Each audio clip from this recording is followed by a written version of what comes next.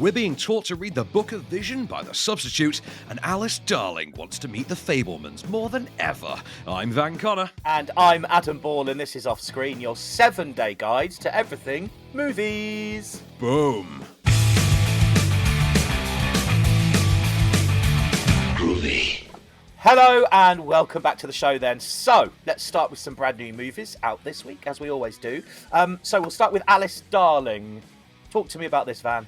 Yeah, this one, it's a hard one to pitch this, if I'm being really honest. So, in short, just imagine a millennial version of Fatal Attraction, but rather than being like a psycho boyfriend, he's an emotional abuser. And it's kind of an indie movie. That's the short version. The slightly longer one is it stars Anna Kendrick. She's a young woman who has this relationship with a British artist who's, I think he's about a decade, maybe not quite a decade, he's about 7 or 8 years older than her. She's kind of about 30. He's kind of 37, 38.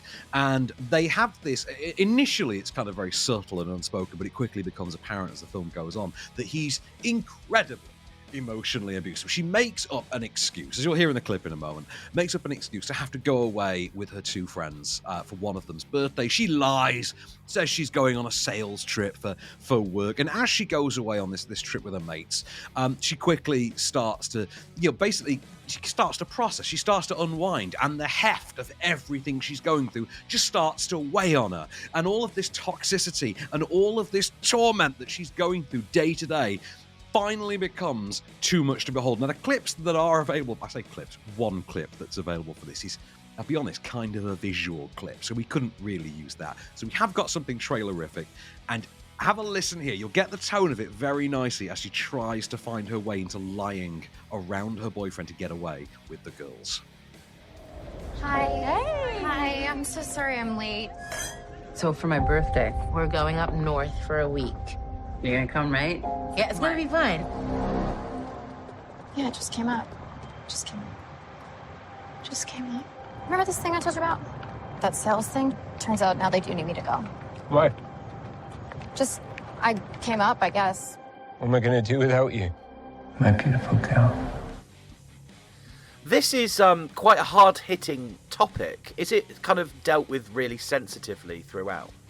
It really is. I will say that. I'm making the Fatal Attraction, not Fatal Attraction. I'm thinking of Sleeping with the Enemy, not Fatal Attraction. But although the psycho comparison kind of still holds them between those two. But no, like I say, this is kind of like Sleeping with the Enemy, only instead of being, a fully physically abusive figure, he is emotionally. And oh god, it's twisted. It's psychologically and emotionally twisted rather than physically aggressive. Now, it stars Charlie Carrick from Deepwater. I don't really remember him in that, if I'm being honest, but he makes an impression here quite quickly as the boyfriend.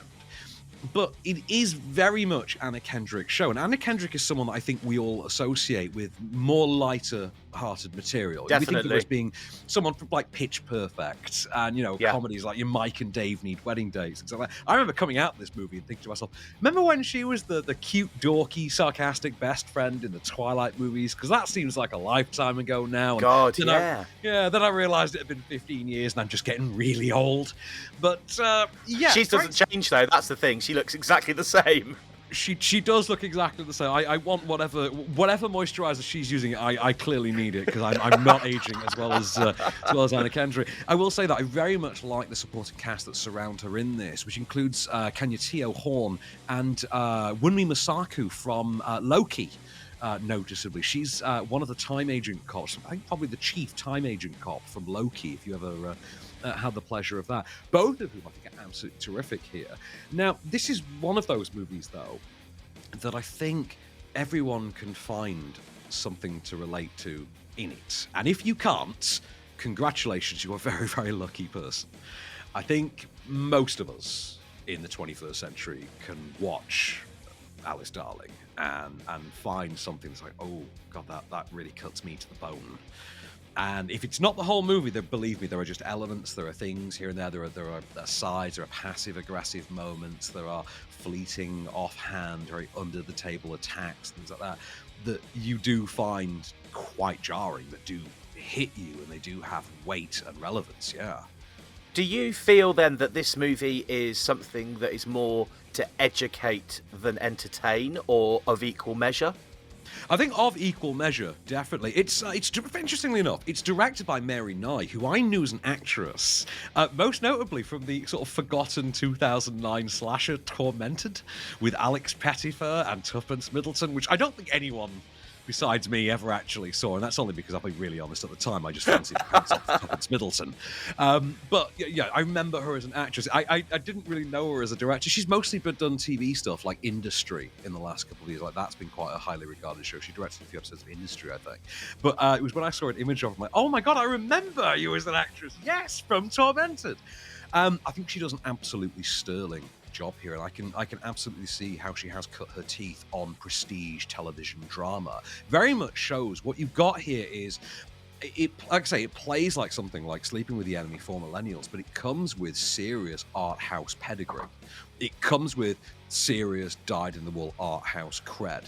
There's some absolutely fantastic cinematography. I thought the mood, the tone, the sensibilities of it were perfectly gauged for the subject matter, and it sounds like I'm making it sound too weighty to be entertaining, but it actually is, at the same time, quite suspenseful and quite thrilling, even though it's not a movie that has like big action beats or anything like that. But again, edge of your seat stuff, entirely emotionally riveting. I don't think it's going to be a crowd pleaser. Like, I don't think this is going to be a Saturday night date movie or anything like that. And if it is, like, you know, enjoy that date, obviously. But I thought this was absolutely tremendous. Not everyone's cup of tea, but definitely a 4 out of 5 star kind of a deal, certainly. How long is it? Did they overstretch it, or was it the perfect length it left you wanting for more? Because I think that's the best way to end a movie, is make you want more as you're walking out. Oh boy, do they make you want more. First of all, this is a tight and tidy 90 minutes, which in 2023 is basically unheard of. But yeah. I will say, in terms of the pacing of it, it is perfectly gauged. There's a notable beat that drops for the third act that does feel like, I think if you were looking at a longer film, you feel like it would have come in earlier, but it drops at exactly the right time. It has exactly the right punch, the right resonance, and the movie ends exactly where it needs to. I will also say, it is, for my books personally, just great to see any movie properly lionized Stay by Lisa Loeb, which I think is one of the most underrated bangers of the 1990s. Also, I agree. Lisa Loeb, Lisa Loeb, my absolute dream girl. No, I agree. That is an absolute song. Has it got any other decent music soundtrack-wise, or is that kind of the one thing at the end? No, it's kind of a part of the circle of friends. Like, that's their songs. They have a moment where they sing it, and then they have a moment where they're quite drunk and doing it. I kept waiting for. I was hoping the end credits were going to drop and they were going to play the actual song over the end credits. But to be honest with you, it seems like quite a low-budget movie. I feel like it was a slightly higher budget. They absolutely would have dropped the money for that. But like, if you get the chance to see Alice Darling, absolutely do. I will say as well, it's Alice, Darling. I kept getting this confused in the run-up to this release with Don't Worry, Darling, which came out like, 2-3 months ago. And yeah. I gotta say, this is not a great year, tone-wise, and upbeat sensibility-wise, for female-driven movies that contain the word darling in the title. If you've got a female-driven movie with darling in the title, it's going to be a downbeat affair. Let's just say that. It sounds like it. Well, that is out in cinemas today. Alice, Darling, if you want to go and see. All right, so we're back in just a moment with Van's review of The Substitute, which is also out in cinemas today, and More Than Ever as well. So stay right where you are.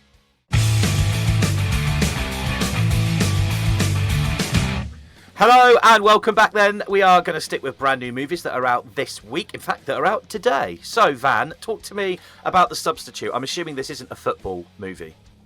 No, it's not a football movie, and it's not, in fact, any relation to the forgotten 1996 action movie starring Tom Berenger. God, remember when Tom Berenger used to be in movies? Those were the good old days. God, yeah. That was a while ago. No. No, this is a Spanish language film from Diego Lerman. I think it's Argentinian. Stars the likes of Juan Minujan as a substitute teacher who takes on a new class. He's usual a contemporary set, like modern day set. Takes on a class of teenagers, all of whom are unpleasant in their own various ways, as a bunch of teenagers are wont to be. And naturally enough, he finds one kid amongst the group who has sort of a spark of creativity in life and willingness to learn in him, and starts to strike up a bit of a friendship with the kid. especially when he finds out that he's sort of volunteering on a community project run by his own father. So he starts to get to know the kid, and very quickly discovers that he's finding himself under the throes of the local drug kingpin. Because it's an Argentinian movie. This all coincides with the discovery of a quantity of drugs in one of the boys' bathrooms in the school. Another one of the kids gets thrown out. Police start to get involved, and our substitute of the title starts to find himself as the moral linchpin, as it were, the sort of unorthodox guardian of this young boy who has to try and basically save him from the clutches of our token drug kingpin. It's a bit Dangerous Minds without the Coolio track and the I was sensations. just about to say what you've just described to me is Dangerous Minds. While you were talking to me then, my eyes may have glazed over because I was hearing Gangster's Paradise in my head. Yeah, exactly. And it's completely understandable too, because from what I've just described, you're completely within your rights. Like, it's just Dangerous Minds again, isn't it? Imagine a grittier, more dramatic version of that, like I say, subtitled foreign language, a lot more art housey, a lot more, a lot less studio managed than, for instance, Dangerous Minds, which, if memory serves, I think was a Jerry Bruckheimer a film, and incidentally had a music video for Gangster's Paradise directed by none other than Antoine Fuqua, who I think today it was announced is going to be directing the new Michael Jackson biopic. That is neither here nor there, though. I think this is absolutely terrific. It's one of those movies that if you can look past the subtitled barrier, because I know that is a barrier for a sizable audience out there. If you can get past the subtitled, I know you, Mister, I'll never watch The Raid. You are going to watch The Raid one of these days, Paul. You are. I'm going to see to it. I have been sucked in before with some things that have. I mean, what was that Korean one that had subtitles? Parasite, was it? No, the other one where they play the game and they have to. Oh, you thinking of Squid Games? Squid Games. I watched that and I got sucked into that with subtitles. So it does happen occasionally. There you are. You and I are going to watch The Raid, one of these. We'll skip the sequel, but we will watch The Raid because you've not seen a perfect action movie until you have. Anyway, far from an action movie, written and directed by Diego Lerman is The Substitute, or to give its original title, El Suplente. I think this is really good. I think it's a really, really solid, riveting drama. It's not one that's going to surprise. Like, from the plot description I've given you, you can gather that this is going to be quite a predictable kind of by the numbers on the plot front kind of affair. But it is about the performances, about the staging, about the writing more than anything, and the intricacies in the way that it draws you into these characters. In particular, Juan Median's performance at the centre of it all, I think is really solid. I think it's a really great performance. This is out in cinemas from today. I do recommend wholeheartedly that you check this out. This is a really great movie. Wow, that's 2 movies in a row that you recommend, and you've said that are really good. What's going on with you, Van? Are you okay? It's almost like we had a Christmas break or something, isn't it? All right, well, that is out, as you say, cinemas today. Let's move on to the next one, More Than Ever. So, what's this one about? Okay, so this is another foreign language film. I think this is an international co-production. So this is Norwegian, French, and English co-production, I think. It stars Vicky Krieps, who we recently talked about in Corsage, if you remember, a few weeks ago. And it marks not the final performance, I don't believe, but the penultimate performance from Gaspar Ullier, who played young Hannibal Lecter in Hannibal Rising. I think you might remember him from one of the perfume adverts a few years ago. I forget which, but I think he might have been one of the Armani adverts or something like that. But he was did it Hugo Boss? Maybe. I think it might have been. But he's just one of those guys, you see him and he's just built for a perfume advert. You know, one of those men that just walks out of the shower ready for a perfume advert. Absolutely one of those. This is the story of a couple who, I think, the best way to describe this, it's set in the present day, which is very weird when you're dealing with Vicky Krieps anyway, because I'm just used to seeing her exclusively in period piece movies now. So seeing her in a movie that has mobile phones is just odd in and of itself. She is a woman who is dealing with an untreatable, rare lung disease that on the surface of it seems to be terminal. It may be treatable via transplant, but she may or may not reject it. And this condition is starting to take a toll on the relationship she has with her husband, a relationship that she then escapes from when she finds herself drawn into a fellow sufferer's blog. and he literally blogs under the name Mr. And she goes to literally visit him in person to actually get to know him and sort of learn about how he went through the same condition. And through the time that she spends with him, she starts to learn more about how she feels about her place, how she feels about her own mortality, and increasingly how she feels about dragging her partner into everything as well, and whether or not it might be time to cut him loose. It's hardly a romantic comedy, we're being honest. It's very deep. It's very, very deep. It's also very, very harrowing. It's not quite the the chills and spills melodrama that it could be. It's very much steeped in, I say it's an international co-production, but it feels very continental in terms of the darker sensibilities that it works through. It's written and directed by Emily Atef, who I think worked on Killing Eve for the BBC a few years ago. I think directed some episodes of that as well. So it's a great week for TV directors ascending to the bigger screen.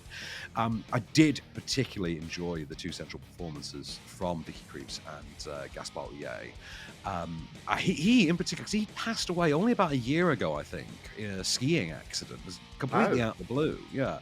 A relatively young guy. I'm reasonably sure he was only in his late 30s or early 40s, but skiing accident, maybe 2020? I think maybe as furthest it could be is 2020.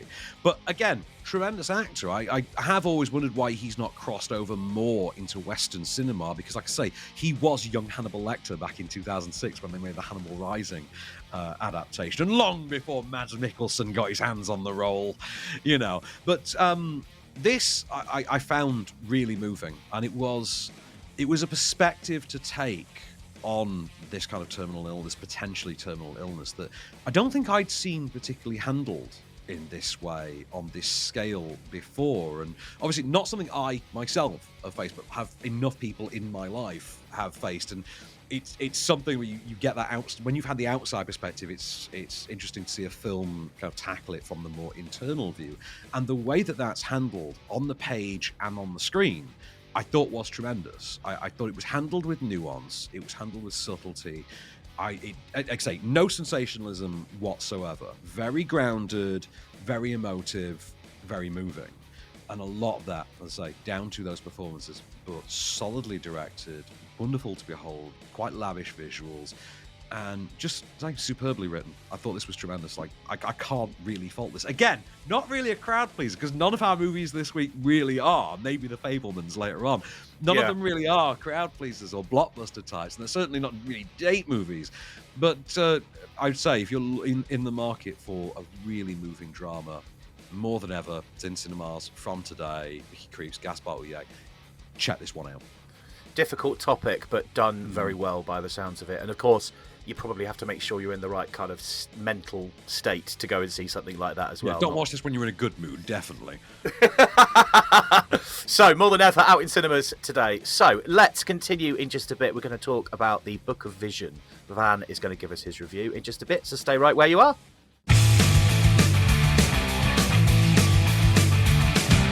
Hello and welcome back then, wherever you are listening to us today. Maybe you're in the bath, in the gym, in the car, out for a nice little run in the sunshine. We have got another new movie to review right now with Van. So, The Book of Vision. What's this about? I'm just going to ask why your first go-to was that someone was in the bath. Well, sometimes it happens. I listen to podcasts in the bath. So, I just thought if anyone's in there having a bit of a soap up, may as well say hello to them. I'm not going to lie, I listen to James O'Brien while I'm in the shower every day. So, to be fair, I'm just as bad. So, The Book of Vision, also out in cinemas from today. You were talking about the length of movies earlier as well, by the way. It's worth noting, this is listed as, I think it's 99 minutes. I think I clocked it as an hour 52 or something like that. This stars Charles Dance from Game of Thrones, and, of course, the villain of one of my favourite action movies of all time, Last Action Hero, in a supporting role, alongside the likes of Lottie Verbeek and Sverrir Gudnason. Now, Sverrir Gudnason, I know from, is it Borg McEnroe a few years ago? He played Bjorn Borg in the Borg McEnroe movie a couple of years ago. Could not place Lottie Verbeek, and as you know, when we were off mic. until I actually pulled up her IMDb page and then realised, okay, first of all, she's in Outlander, which I know because, I have a mother of a certain age. So, of course, I've been exposed to several dozen episodes of Outlander, or mum porn, as you could probably merrily call it. And, of course, she's the young version of the main character's mum in The Blacklist, which being the James Spader obsessive that I am, of course, I've seen every episode of The Blacklist right up until the lead character leaves, in which case I kind of can't see the need to keep watching it. So, written and directed for the screen by Carlo Hinterman, whose body of work I'm not overly familiar with, if I'm being honest. Producer on The Tree of Life, don't know him. Honestly, don't know him. The best way to describe this is it's a drama that takes place over two time periods. You have a present day and you have the 18th century. Now, they are both connected, but via the Book of Vision of the title, the titular Book of Vision, which is a manuscript that ties the present day, a doctor in the present day who is looking to leave her profession, and it ties her back to the 18th century, and specifically, it's worth noting that all the cast play roles in both time periods, specifically the story of a period in which society faces a crossroads between what's referred to as animism and rationalism. The idea of science versus effectively mysticism. The idea of actually reinforcing medicine as science. You have Charles Dance as the renegade scientist in the renegade doctor back in the period piece, and you have him as the sort of stern teacher in the present day, and you have Lottie Verbeek kind of in the middle of both stories. Severe Goodnison, the sort of dashing, supporting love interest in both periods as well. This is one of those that you can look at it and you kind of think, like, first of all, it's the worst movie out this week. Okay. I can't say that. It is the least enjoyable movie out this week, and yet still not a bad one. So it's a pretty good week. I mean, bottom two this week, arguably, are this and the Spielberg one we're going to talk about in a minute, which, again, if a Spielberg movie's in the bottom movies of your week, it's a good week. You know what I mean? Absolutely sterling direction. Hinterman brings quite an inventive visual flair to this. And some of the things that are realised for the screen, the way that it delves into the animism element, specifically of the 18th century period, the imagery that it conjures, the staging of it, superb. I expected more of this to be in the foreign language than it actually was. I think it sort of chops and changes between subtitled and English language. A lot of it, particularly the Charles Dance sequences, because I don't think you could really teach Charles Dance to speak another language at his age, surely. But it does fairly well. Does fairly well, and I will say Lottie Verbeek, immense screen presence. Very happy to see Severe Goodison again as well, because I had actually wondered why I hadn't seen him in more post Borg McEnroe, because he made a hell of an impression on that one. That was the one where you had Shia LaBeouf as McEnroe, and Shia LaBeouf obviously threatened to walk away with that, but it was Goodison who I think really surprised there, really made Borg quite an investable character. Here brings a lot of charisma, but not overpowering charisma. I think he knows when to rein it back. It's not his show. He is only there in a supporting capacity, and it shows that he has that gauge, and he knows when to reel it back. It works very, very well. But Lottie Verbeek as the lead, I think, absolutely superb. So, talk to me about how the film progresses with its storyline then, because I get what you're saying about the battle between the two, but what's the kind of end goal without giving away any spoilers? So the idea is you've got a young student in the modern day who's basically walking away from one career to potentially pursue another career. She finds herself drawn to this book and learning about it, and as she does, she finds herself faced with this story from the past. When we go back to the past, though, we find ourselves in the story of royals, effectively. The sort of queen of the time, who is heavily pregnant, and basically the medical treatment of her through this pregnancy. Right. How the court handles the relatively new phenomenon of actual physical medicine versus the old, we could just rub some tea leaves, 3 inches away from her belly, and that's medicine. How basically the dividing line between medicine and heresy, as it were. Right. Basically embodied by both, in that case, Charles Dance and Severe Goodison. It is interesting, to be fair, and it's a time period that I know very little about, if I'm being honest. Like, because I'm like, pre-Western medicine is not so much of a thing that I particularly delve too far into. But I thought the way that it was staged, and also it worked for me on a level that I similarly enjoyed The Favourites a few years ago, which I know is a movie I've brought up a couple of times recently, interestingly enough, in regards to a movie starring Vicky Krieps recently, Corsage. So clearly I need to go back and revisit The Favourite and scratch that itch again soon.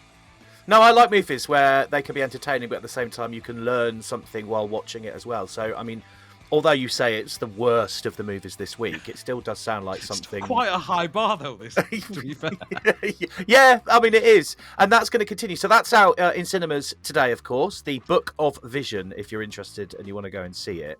Now, in a moment, we're going to talk about something pretty big, The Fabelmans. So, it's directed by Steven Spielberg, I believe, but also it's a semi-autobiographical, which is weird, having a semi-autobiographical, because in my eyes, you either have one or the other. But we're going to talk all about that in a moment, aren't we?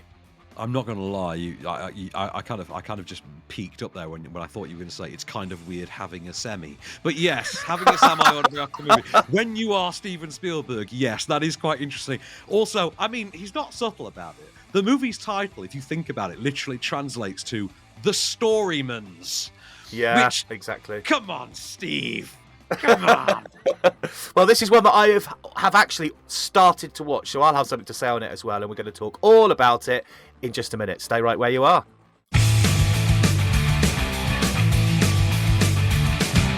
Hello, and we are back with one last movie to talk about, and of course it's a brand new one out today in cinemas, and it is The Fabelmans. As I mentioned earlier, a Steven Spielberg kind of semi-autobiographical movie. I have started to watch this. I didn't get to the end because I had other stuff I had to do, and I was quite gutted I had to pause it because the first 45 minutes really drew me in, if I'm honest. I'm loving it so far. Well, I mean, this is the thing. It is very much... I mean, it's about... It couldn't be any more about Spielberg if his name was literally Sammy Spielbergo. You know what I mean? Like, it's really on the nose with it. So it's about the life of, Sammy Fabelman. Sammy Storyman, if we're decoding that one. Between the ages of, I think it's 7 and 18. Growing up in Arizona, and it is decidedly a post-World War II story. So obviously he discovers cinema through a screening of Cecil B. DeMille's The Greatest Show on Earth, and decides he, as a child, wants to become a filmmaker and learns about the magic of cinema. And boy, do they want to be heavy-handed with that one. But more than just his love of cinema and how it comes to define him, it's also about how that becomes his emotional anchor, his totem, to use the Inception reference, his totem as he navigates both the pitfalls of adolescence and his ever-changing relationship with his parents as they are forced to move across the country, or they relocate, and certain familial changes start to enter his life. I've got a clip for you. This is Paul Dano. Playing, the father figure here of young. I'm going to keep saying young Spielberg, young Sammy Fabelman, who's played by Gabriel LaBelle.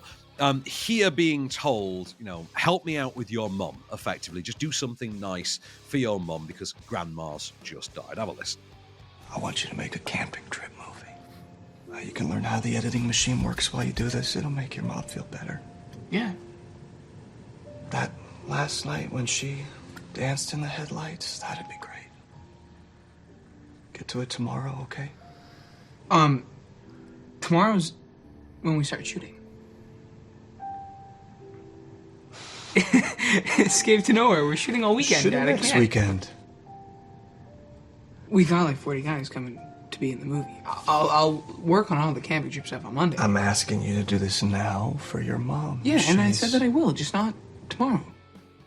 I love that this whole movie explains where the passion for movies and movie making came from, especially from his first ever movie that you get to see at the start that he went to see with his parents. I was a bit disappointed because I thought that was going to be someone eaten by a shark, and I thought it was going to feed onto, obviously, the making of Jaws, but sadly that wasn't the case. Yeah, I kept waiting for Sammy Storyman's like uncle to get eaten by a shark or something. That was good. Yeah. Part of the origin story. Then some sort of nasty iguana leaped out of the forest. And thought, oh, I'll do Jurassic Park as well. Yeah, right. or something like- yeah. And then one day he went colourblind and he thought, oh, we'll do Schindler's List. Yeah, I thought something like that. As I say, this goes straight in. Like minute one, they go straight in. On, Yeah. Quote unquote, the magic of cinema. And what you get, like very early on, this verges on like Forrest Gump for how sort of whimsical and fantastical it wants to be with this. And you very quickly realize what the defining issue of this movie is going to be, which is in trying to craft a legend out of his own story, which, fair enough, he's Spielberg. He literally is film royalty. You can argue there's no one really in the biz that deserves it like Spielberg does. He might be the only person in the film industry that kind of gets away with, okay, my biopic gets to be the defining Forrest Gump-like story. The problem is, it becomes a bit nauseating a bit quickly. And in doing so, finds itself not so much Oscar-friendly as Oscar-pandering. A lot of the screen time here is taken up by just simply dishing out monologues to, admittedly, a very good cast that includes, you've got Michelle Williams as the mother figure, Paul Dano as the father, Seth Rogen as the uncle. I know, right? That shocked me when he turned up. Yeah, exactly. Judd Hirsch and I swear to God, if we can give Judi Dench an Oscar for 5 seconds as, the Queen in Shakespeare in Love, we can give David Lynch an Oscar for the 2 minutes he turns up at the very end of this movie as John Ford. I know you've not seen it yet, but John Ford is in this. And it's the best moment of the whole movie is David Lynch as John Ford. It's fantastic and it's worth the movie on its own. The problem is you've got to sit through the entire movie to get there. And it's very much a show that insists upon itself. Put it this way, you watch it and you do think, if I didn't know that this was Spielberg, who incidentally obviously has co-written this with Tony Kushner, if I didn't know it was Spielberg, I would think, wow, whoever directed this has serious daddy issues and serious mommy issues. And you look at like Spielberg's body of work and it's a preoccupation of his. I mean, even Jurassic Park deals with broken families. E.T., quite famous, fractured family. Yeah. That is Spielberg's bread and butter. Hell, even his take on War of the Worlds had to have divorced parents in it because that's just Spielberg's shtick. And, this being, for lack of a better term, the Spielbergian biopic, it makes complete sense to go down that route and to do it that way. The problem is, like I say, it is a bit pandering. It is a bit nauseating. It is a bit, Oscar-style condescending. You can jokingly refer to this as a period piece Dawson Leary story if you really wanted to. But, that is kind of a snake eating its own tail. There is... Like I say, there is a whimsy. There is a whimsy and a wonder to it. And that whimsy and wonder does kind of carry it, if I'm being honest, through this, because there's nothing otherwise I think really sets it apart. There's a brilliant sequence, there's a brilliant scene between Michelle Williams, who is not really doing much that we haven't seen her do 1,000 times before. It feels like a weaker version of those performances as well. And you do feel like that might be down to the material.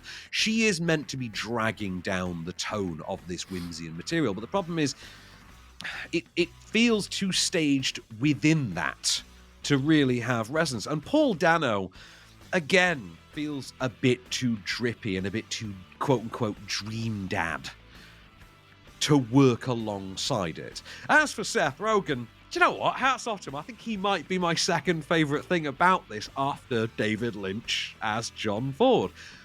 But Gabriel LaBelle as Sammy Fableman, or Sammy Storyman, or Stevie Spielbergo, or whatever you want to call him, not a particularly memorable lead or much of a find, especially within the pantheon of young Spielberg actors, certainly. I do wonder as well if there was a bit of a hidden message at the start, because as you say, it jumps straight in and there's a lot of, this is the magic of cinema. I do wonder if Spielberg's trying to save cinema a bit, maybe, this is how special movies are and why you should go to the cinema to watch them. Well, on that ground as well, it has been said that this movie does feature one of the defining closing shots of any movie this year, and that closing shot really is about the magic of cinema. It could not be any more about the magic of cinema if they stapled it to your face. Was it the Hollywood Hills? You know what? It's that level of on the nose. It is about that level of on the nose, really. Like I wouldn't have been shocked. I was kind of half expecting that if I was honest. I thought it'd be like walking into Man's Chinese or down the Walk of Fame or something like that. But Yeah. it's not far off, if we're being honest. I don't think, I mean, for one thing, other than the name Spielberg being plastered all over, I don't think it's a movie that's going to draw a crowd.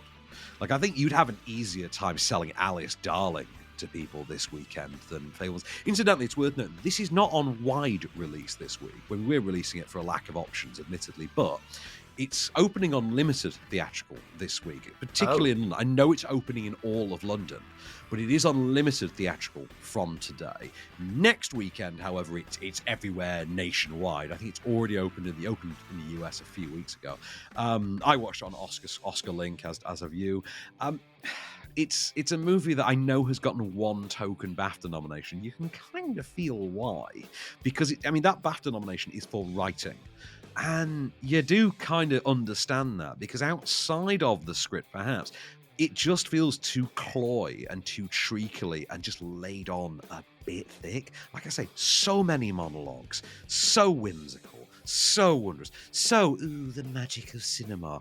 And you do get to those points where you do sit and think, like, Jesus, Steve, we get it. I know that this is a requisite thing now, that if you're a white director of a certain age, you have to do that nostalgic period piece about your parents. I mean, James Gray did it like a month ago with Armageddon Time. Kenneth Branagh did it last year with Belfast. They all love to take a swipe at this, so it's understandable that, Spielberg would get to the stage where he had his, hold my Oakley's bra moment. So I can kind of understand. And, you can't begrudge Spielberg, because if anyone, like I say, if anyone deserves it, it probably is him, literally, as film royalty. But,